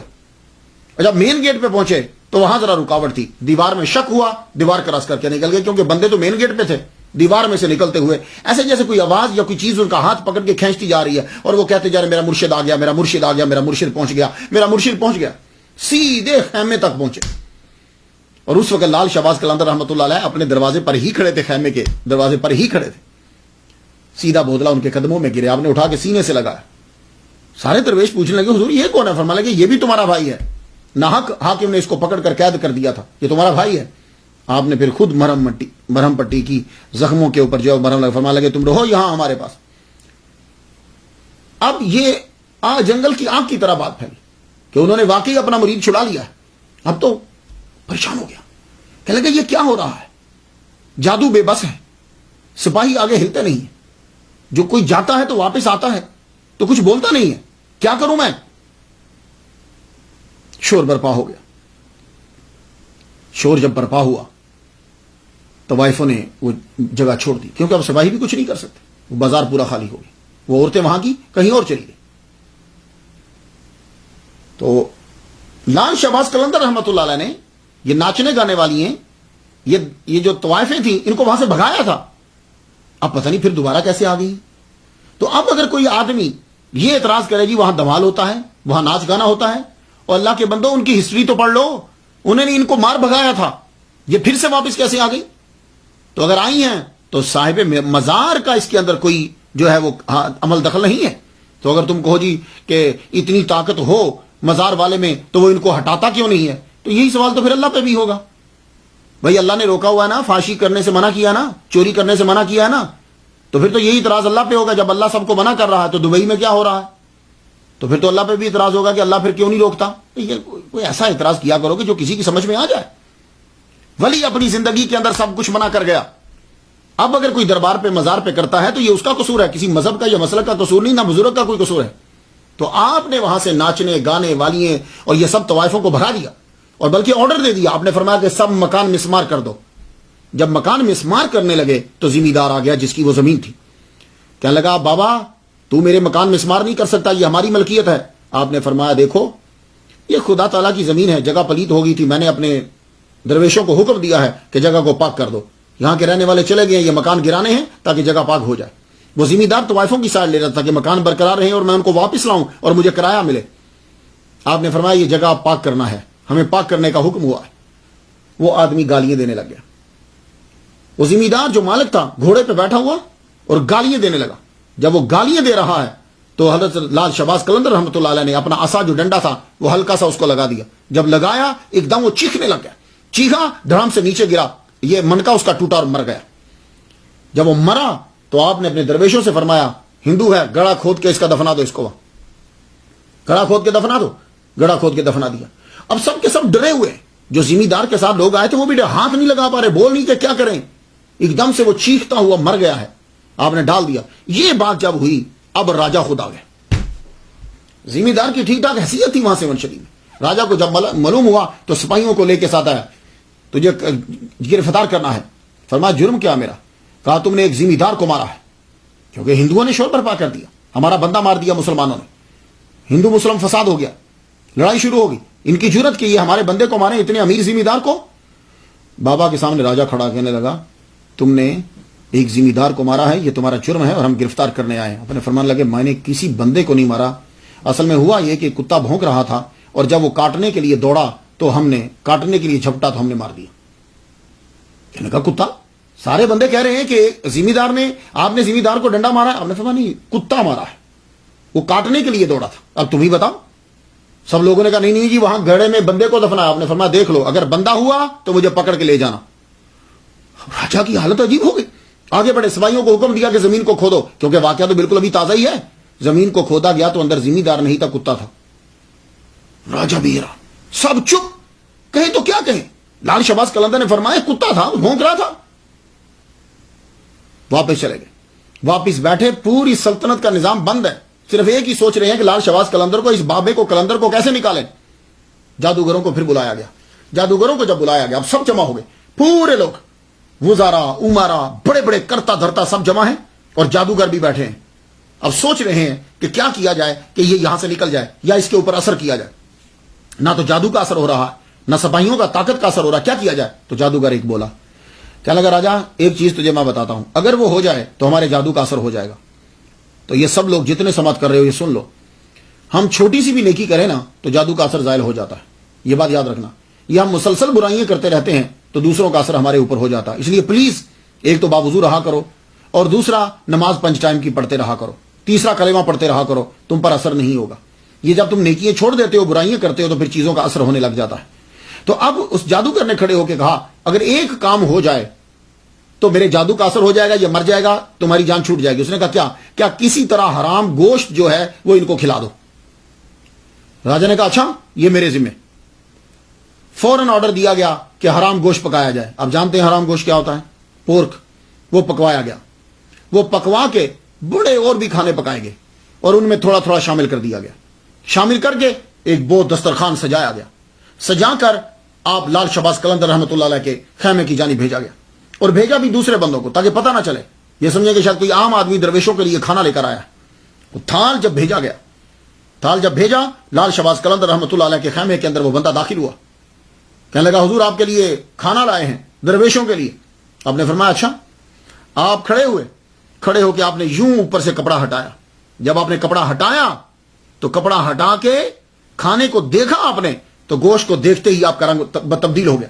اور اگر آپ میرے پیچھے کے 36 لیکچر سن لیں تو کئی لیکچرز کے اندر آپ کو پتا چلے گا کہ بزرگوں کو پتا چل جاتا ہے یہ گوشت چوری کا ہے, یہ کس کا ہے, غصے سے پکایا گیا ہے یا محبت سے پکایا گیا, یہ ان کو معلوم ہو جاتا. جیسے نقش بند سلسلے کے اندر ان کو پتا چل جاتا تھا کہ یہ پکانے والے نے غصے سے, اگر اس نے زور سے چمچہ بھی مارا ہوتا تھا تو بہاؤدین نقش بند رحمۃ اللہ علیہ کو پتا چل جاتا تھا. ہاں آپ یہ چیزوں جب آپ پڑھیں گے تو آپ کو ڈیٹیل سے پتا چل جائے گا. ایک دم سے کپڑا ہٹایا, آپ کو پتا چل گیا گوشت حرام ہے, اس پر رنگ آپ کا بدل گیا. فرمانے لگے بس اب خط. یوں برتن پکڑے آپ نے, الٹ دیے, اور جب آپ نے برتنوں کو الٹا تو جتنی کبینہ وہاں بیٹھی تھی, بندے بیٹھے تھے, محل پورا گرا. راجا جیر سمیت ساری کے سارے مر گئے. جب سب کے سب مر گئے شیون شریف خالی ہو گیا، سب کے سب وہاں مر گئے. تو آپ اب ہر وقت ہر طرف لال شباز لال شباز لال شباز. آپ نے وہاں مدرسہ قائم کیا، اس مدرسے کے اندر آپ خود پڑھانے لگے. پہلے زبانوں کا علم ہوتا، آپ سندھی بھی جانتے تھے، سنسکرت بھی آپ جانتے تھے، عربی فارسی تو خیر آپ جانتے ہی، ترکی زبان بھی آپ کو آتی تھی، ٹرکش بھی آتی تھی. آپ نے وہاں پڑھانا شروع کیا، قرآن حدیث فقہ علم. اور وہاں کے مدرسوں کے لیے اور قرآن اور حدیث پڑھنے سے پہلے صرف اور نحو پڑھنا بہت ضروری ہوتا ہے، ورنہ قرآن کا ترجمہ سمجھ میں نہیں آئے گا. تو آپ نے خود لکھ کر دیا بچوں کو کہ یہ قوانین ہیں صرف کے اور یہ قوانین ہیں نحو کے. وہ قوانین آپ نے لکھ کر دیے، اور آپ نے تقریباً 4 کتابیں لکھی ہیں. عقد کے اوپر بھی آپ کی کتاب ہے، صرف پہ بھی آپ کی کتاب ہے. یہ کتابیں صرف صغیر ہے، یہ بھی کتاب میزان الصرف بھی کہتے ہیں. یہ چیزیں جو ہیں وہ کتابیں آپ نے لکھی، اور مدرسے کے اندر لوگ جو ہیں وہ پڑھنے لگے. آج تک اگر نام زندہ ہے نا تو صرف 1-2 بندہ پیروکار نہیں ہوتا کہ جس کی وجہ سے نا، پھر یہ سمجھ جاؤ کہ وہ زبان، ہر زبان کے اوپر اس کا نام ہے. تو لال شہباز قلندر رحمۃ اللہ اب پڑھانا شروع کر دیا. خود بھی چکر لگاتے، تبلیغ کرتے، لوگ اسلام قبول کرتے. لیکن زبردستی نہیں ہے، ہندو بھی آتے، سکھ بھی آتے، مسلمان بھی آتے، سب آتے اور لوگ اسلام بھی قبول کرتے. سب سے زیادہ آپ سے محبت جو وہاں کی، وہ ایک قبیلہ ہے ہندوؤں کا. ہندو بھی آج بھی ہندو آتے ہیں. ان میں سے جو ہندو ہے کانوگو کو پروننسیشن جو بھی ہے، تو یہ جو لوگ ہیں یہ آپ سے بڑی محبت کرتے تھے. ان کی بیویاں، ان کی عورتیں آپ سے بڑی عقیدت رکھتی تھی. اور آج بھی اس خاندان کے لوگ جو ہیں وہ دور دراز سے آتے ہیں اور آ کر اپنی عقیدت کا اظہار کرتے ہیں. اس کا دور دراز علاقوں میں آپ جاتے، اور اولیاء کرام سے بھی آپ کے تعلقات وابستہ تھے، وہ بھی آتے، آپ بھی جاتے. بہت سے اولیاء کرام آتے آپ کی طرف. ایک رسم مہندی لے جانا ہے، مہندی، اور وہ آپ ابھی بھی وہاں دیکھیں گے. یہ اس کا پس منظر کیا ہے؟ اصل میں آخری جو عمر آپ کی گزری نا، آخر جو 5 7 8 سال ہیں، جذب کی کیفیت آپ کے اوپر طاری رہی. اور بیچ میں بھی ایسے ہی ہوتا تھا، کئی دن آپ کے اوپر جذب کی کیفیت طاری رہتی تھی. تو آپ کیا کرتے تھے؟ پھر گلے کے اندر آپ وہ پتھر جو ہے وہ ڈال لیتے، اور پھر آپ گلی میں گزرتے، جہاں من آتا وہاں بیٹھ جاتے، یوں پھرتے رہتے تھے. تو جب جذب کی ایک دور کے اندر کیفیت آ رہی تھی آپ پر، تو آپ ایک گلی کی نکڑ پہ بیٹھ جاتے تھے، گزرتے اور وہاں بیٹھ جاتے. وہ بازار جو تھا نا، وہ گلی جو تھی، محلہ جو تھا، وہ ہندوؤں کا ایک خاص جو ہے قبیلہ تھا، کانوگو جو پروننسیشن، سوری اگر غلط ہو جائے. تو یہ جو قبیلہ تھا، یہ اس کے بندے بھی آپ سے بڑی عقیدت رکھتے تھے، اور عورتیں بھی، اور عورتیں بڑی باپردہ تھیں. جیسے مسلمان کے سید زادیاں پردہ کرتی ہیں نا، ویسے پردہ کرتے تھے لوگ. شاید ان سے متاثر ہوں گے. تو وہ جب بھی باوا آتے نا، لال شہباز قلندر رحمۃ اللہ علیہ، تو وہ بالکنی سے دیکھتی، ونڈو بند کر کے تھوڑی سی کھولتی اور دیکھتی رہتی. لیکن آپ کے گلے میں تو پتھر ہوتا تھا، آپ تو یوں سر جھکائے رکھتے تھے. اس کا من چاہتا تھا کہ میں کبھی بابا کی زیارت کروں. آپ گزرتے، تھوڑی دیر بیٹھتے، جذب میں گزر جاتے، آتے، جذب میں گزر جاتے. وہ کیفیت ہی. آپ ایک دن کیا ہوا کہ جب آپ گزر رہے تھے، وہ ونڈو میں سے گر گئی یا اس نے خود کو گرا دیا، اللہ عالم، اللہ بہتر جانتا ہے، گر گئی یا گرا دیا، سیدھی آ کر آپ کے قدموں میں گر گئی. آپ پتہ جب آدمی اوپر سے گرتا ہے نا تو زیادہ تر چوٹ یہاں لگ جاتی ہے. وہ منکا ٹوٹ گیا، وہ تڑپی. اب آپ کی نظر تو نیچے تھی، آپ پر جو چادر تھی نا، آپ نے اٹھا کے اس کے اوپر دے دی، چادر اٹھا کے اس کے اوپر دے دی. کاش کے ولیوں پر اعتراض کرنے والے تحقیق سے ان کے واقعات کو پڑھ لیتے، تو پھر وہ اپنے سپیکر پہ اتنا چیخ اور چلا کر لال شہباز قلندر کے بارے میں نہ بولتے اور اپنی عاقبت کو خراب نہ کرتے. تو آپ نے چادر دے دی اس کے اوپر، چادر دی، وہ بیچاری مر گئی. جب مری، اب آگے وہ پورا قبیلہ پہلے ہی آپ سے عقیدت رکھتا تھا. کئی لوگ آپ کی محبت میں کاروبار چھوڑ چکے تھے اسی قبیلے کے. وہ آئے تو لے جانے لگے. اب جائیں، اس کو اٹھاتے ہیں اور جلا دیں گے. ہندوؤں کے ہاں تو جلاتے ہیں. اٹھایا جا تو لاش نہیں اٹھتی. 1 2 3 4 5. پھر آپ خود ہی بول اٹھے، فرمانے لگے تم سارا سیون بھی لے آؤ نا تو اس کی لاش نہیں اٹھا پاؤ گے. کیوں بابا، کیا اس سے کوئی جرم ہو گیا ہے؟ فرمانے لگے نہیں، اس سے جرم نہیں ہوا، اب اس کی ارتھی نہیں، اس کا جنازہ اٹھے گا. تو جب جنازے کا مطلب کیا ہوتا ہے؟ یعنی جلائیں گے نہیں. فرمانے لگے اس کا جنازہ اٹھے گا. اب اس کا جنازہ اٹھا. اس کی قبر آج تک موجود ہے. تو وہاں سے مہندی جو ہے وہ ہندو قبیلہ لے کر جاتا ہے. اب ذرا دیکھیے اسے.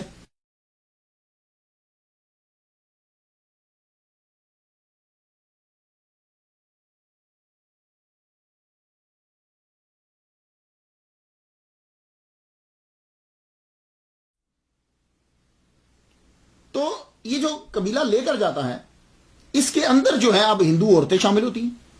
آج جب یہ بازار سے گزرتا ہے پولیس اس کی حفاظت میں ہوتی ہے. اس کے ساتھ ساتھ اب پھر دوسرے لوگ بھی شامل ہو جاتے ہیں. جب وہ دوسرے شامل ہوتے ہیں تو یہ دھمال ڈالتے ہیں. اب دھمال ڈالتے ہوئے بندے عورتیں یہ مہندی جا رہی ہوتی ہے. تو کون لے جا رہا ہے؟ ہندو. تو اب اس گروپ کو دیکھ کر بنا تحقیق کیے مولوی صاحب نے اعتراض کر دیا کہ دیکھو کیا ہو رہا ہے، دیکھو کیا ہو رہا ہے. تو پھر مجھے بھی اعتراض کرنے دیجیے. جیسے مجھے ایک صاحب نے آ کر پوچھا یار یہ عربی کیا کر رہے ہیں دبئی کے اندر؟ میں نے کہا کیا ہوا؟ کہنے لگے یار بڑے بڑے عربی بیٹھے ہوئے پیسے لٹا رہے ہوتے ہیں. بھائی میں نے کہا میں نے تو نہیں دیکھا کہ تو جو کہہ رہا ہے، کہتا گانے بجانا ہوتا ہے، اتنا کچھ ہوتا ہے، یہ کیا ہو رہا ہے؟ تو میں نے کہا اس سے مراد اب یہ تو نہیں نا کہ اب دبئی میں عربی اگر کچھ کر رہے ہیں تو تم سعودی عرب کے امام کو کہو گے کہ یہ لوگ کیا کر رہے ہیں؟ وہ اس کا اپنا اب لبنان میں تم چلے جاؤ، وہاں عربی ہیں. تم اگر عربیوں کو دیکھو، یا اگر کوئی آدمی کسی داڑھی والے مولوی کو پشاور میں چرس بیچتے ہوئے دیکھے تو وہ کہ جی وہ فلاں فرقے کے آدمی جو ہیں وہ دیکھو وہاں چل. میں نے کہا نہیں، ایک عام آدمی اگر کوئی کام کر رہا ہے خواہ وہ کسی فرقے سے تعلق بھی رکھتا ہے تو اس عام آدمی کے عمل کی بنیاد پر فرقہ جھوٹا نہیں ہو سکتا. ہاں اس فرقے کے بانیان میں سے یا بنیادی بندوں میں سے کوئی بندہ کام کرے تو پھر اس پر اعتراض کریں گے. تو یہ دھمال ڈالنا اور یہ مہندی لے جانا اور یہ عورتوں کا دھمال ڈالنا، عورتوں کا جانا، یہ وہ ہیں ہندو. اور وہ اسپیشلی طور پر جاتا ہے. آپ جائیے جا کے کلپ دیکھ، یہ دیکھیے.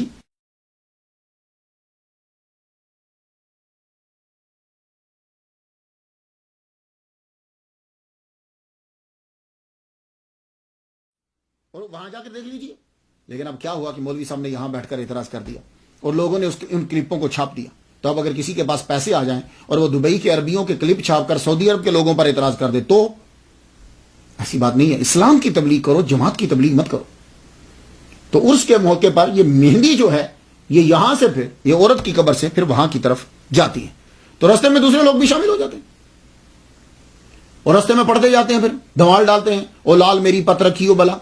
یہ 500 سالہ پرانا جو ہے یہ کلام ہے. اور اس کو یہ دھمال جو ہے کہ اب دھمال جو ہے، دھمال پہ بھی بڑا اعتراض ہوتا ہے. آپ اصل میں چکر کیا ہے کہ پاکستانی جتنے لوگ ہیں نا ان کا نالج باہر کے بارے میں بہت کم ہے. میں تو ملکوں میں پھرا ہوں، یہ دبئی میں، سعودی عرب میں، عمان میں، یہ ان ملکوں میں قطر میں، دوحہ، ان میں گیا ہوں. یہ سب لوگ ناچتے ہیں. ایون کہ جب سعودی عرب جو ہے، سعودی عرب سب سے بڑا مذہبی ملک ہے نا، تو آپ دیکھیے گا کہ جس دن ان کا نیشنل ڈے ہوتا ہے نا اس دن سارے ناچ رہے ہوتے ہیں، سب ناچتے ہیں. تو دھمالی تو ہوا وہ بھی. ابھی حال ہی میں دیکھیے کہ جو لوگ شام کے اندر مسلمانوں کو قتل کر رہے ہیں اس مولوی کے گھر میں ناچ ہو رہا ہے، وہ بھی تو دھمال ہی ہے نا. بندے کریں یا جو بھی کریں تو دھمالی کی ایک قسم ہے. تو اگر دھمال پاکستان میں ہو تو حرام ہے، سعودی عرب کے ریاض میں ہو تو وہ جائز ہو جائے گا؟ نہیں. دیکھیے پلیز ایسا مت کیجئے. تو یہ دھمال جو ہے یہ عربیوں کے اندر بھی ہے، ادھر طریقہ ڈیفرنٹ ہوتا ہے، وہ بھی ڈالتے ہیں. تو یہ دھمال ڈال رہے ہیں. لیکن اب یہ اعتراض کرنا کہ یہ بریلوی ہے اور ناؤز باللہ غلط لفظ بولنا، حاشا وکلا، ایسا نہیں ہے. لال شہباز قلندر رحمۃ اللہ علیہ کے مزار کے اوپر جو انتظام و انصرام ہے وہ اہل تشیع کا ہے. آپ وہاں دیکھ لیجئے تمام علم نشانات سارے اہل تشیع کے ہیں، بریلویوں کا وہاں کچھ نہیں. ہاں اگر آپ کسی کو دیکھیں پگڑی پہنی ہوئی ہے، لمبی داڑھی ہے اور وہ کسی مدرسے کا بہت بڑا مفتی ہے اور وہ وہاں کوئی ایسا غیر شرعی کام کر رہا ہے، پھر اعتراض کیجئے. عوام کی چیزیں. اب آپ کو کیا معلوم کہ وہاں لال شہباز قلندر پر جو غیر شرعی عمل کر رہا ہے وہ کس ہندو ہی ہو؟ کیونکہ وہاں ہندو بھی جاتے ہیں، سکھ بھی جاتے ہیں، لوکل بندے بھی جاتے ہیں، اہل تشیع بھی جاتے ہیں، سنی بھی جاتے ہیں، سب جاتے ہیں. تو پھر وہ جو کام کر رہا ہے وہ کون ہے؟ آپ کو کیا بتا؟ آپ نے بتایا تو نہیں کہ اس کا مسئلہ کیا ہے. آپ نے کہا جی یہ لال شہباز قلندر کے مزار پہ یہ ہو رہا ہے. تو وہاں سب اقسام کے آدمی جاتے ہیں، وہاں ہندو بھی جاتے ہیں، سکھ بھی جاتے ہیں، لوکل لوگ بھی جاتے ہیں، جو گاؤں سے آتے ہیں وہ بھی جاتے ہیں، جاہل ہیں وہ بھی جاتے ہیں، جو پڑھے لکھے کچھ ہیں وہ بھی جاتے ہیں. اور ہر ایک اپنی رسومات ادا کر رہا ہے. ہندو اپنی رسم ادا کر رہا ہے، اہل تشیع اپنی رسمیں ادا کر رہے ہیں، سنی کا ایک فاتحہ پڑھنے کا طریقہ وہ اپنا کرتا ہے، اور جو لوگ جاہل ہیں، جو کچھ لوگ وہاں جا کر نشہ بھی کرتے ہیں، وہ اپنا کام کر رہے ہیں.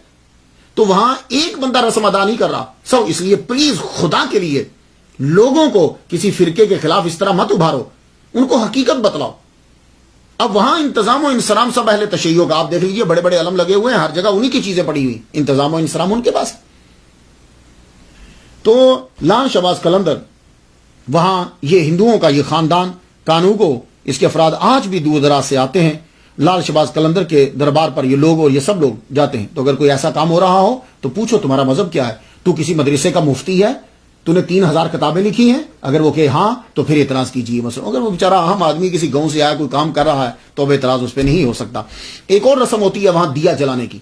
یہ دیا جلانے کی کیا رسم ہے؟ لال شہباز قلندر رحمۃ اللہ علیہ جب 7 شریف میں پہنچے تو وہاں ایک چٹھا عمرانی، یہ بھی راجہ خاندان سے تھا، اس نے اسلام کے بارے میں سنا تو پھر یہ عرب امارات کے اندر پھرا، عرب ممالک میں جب گیا وہاں جا کر اس نے اسلام اور مسلمانوں کو دیکھا، دیکھنے کے بعد اس نے اسلام قبول کیا، پھر یہ حج کرنے کے لیے چلا گیا، حج کرنے گیا، وہاں اللہ تعالیٰ نے اس کو روحانیت عطا فرمائی، حج کرنے کے بعد واپس یہ 7 شریف میں آیا، جب آیا تو یہاں آ کر اس کو راجہ اور اس کے خاندان کے لوگوں نے بڑا تنگ کیا، اس کی بد دعا، اس کی آبرو پر حملہ کرنا چاہا، اس کی بد دعا سے خاندان تو تباہ ہو گیا، یہ بچا۔ اب اس کی کرامت یہ تھی، اللہ تعالیٰ جب عزت دینا چاہتا ہے کوئی ریزن دے دیتا ہے، کوئی سبب پیدا کر دیتا ہے، کہ اس کے خیمے میں جو دیا جلتا تھا وہ پانی سے جلتا تھا، پانی ڈال دیتا تھا، وہ دیا جو ہے وہ جلتا رہتا تھا، پانی سے جلتا تھا۔ جب لال شہباز قلندر تشریف لائے تو آپ نے اس کو بلایا، جب وہ خیمے میں آیا، بلکہ یہ کہتے ہیں کہ خود ہی وہ آیا استقبال کرنے، آپ نے بھی اس کا استقبال کیا، اسے ملے، خیمے کے اندر بڑی دیر تک گفتگو ہوتی رہی۔ جب وہ جانے لگے تو آپ نے فرمایا اب اپنے دیے کو بجھا دو۔ کہا حضور دیا بجھا دوں گا تو اندھیرا ہو جائے گا، فرمانے لگے نہیں، یہ پانی کا دیا بجھا دو، تیل کا دیا جلنا چاہیے۔ کہا حضور تو تیل کہاں سے آئے گا؟ فرمانے لگے تیرا دیا ہمارے تیل سے جلے گا۔ کہا حضور پھر پکا وعدہ کیجئے کہ ہمیشہ میرا دیا آپ کے تیل سے جلتا رہے۔ تو زو مانا جملہ تھا، آپ فرمانے لگے ٹھیک ہے چلو بھائی ہمارے دیے سے اس کو تیل دے دو۔ تو وہ آپ نے اپنے دیے سے تیل دیا، انہوں نے جا کر اپنے دیے میں جا کے ڈالا، وہ تیل آئل ڈالا اور پانی گرا دیا، اور آج بھی یہ رسم ہے کہ آپ ہی کے دیا لیا جاتا ہے اور اس دیے کو جو ہے وہ جلایا جاتا ہے۔ اللہ اکبر جل شانہ۔ تو ایک بڑا ہی مشہور کلام ہے، او لال میری پت رکھیو بلا، یہ تقریباً ہر گائک نے گایا ہے۔ میں ایک دفعہ اس کے بارے میں پڑھ رہا تھا، کہنے لگے کوئی انڈیا کا ہو یا پاکستان کا ہو، ایون کہ بنگلہ دیش، ہر ایک نے اسے جو ہے وہ گایا جیسے، اور یہ 500 سالہ پرانا ہے۔ کہتے ہیں کہ اس کے بنانے میں 3 شامل ہیں، امیر خسرو، بلے شاہ اور لوکل سندھی کلچر، یہ یعنی 3 جو ہیں یہ اس کلام کو مکمل کرنے میں تکمیل میں ان کا حصہ ہے۔ ایک ایک جز جو ہے وہ کسی نہ کسی نے بنایا ہے، اور آج جو ہے وہ اسے سب گاتے ہیں، پڑھتے ہیں۔ مجھے اس کے لفظوں میں ان چیزوں میں گفتگو نہیں کرنا، لیکن یہ ہے کہ یہ اتنا پاپولر ہے کہ ہند، سندھ، پاکستان سب میں جو ہے اسے گایا جاتا ہے۔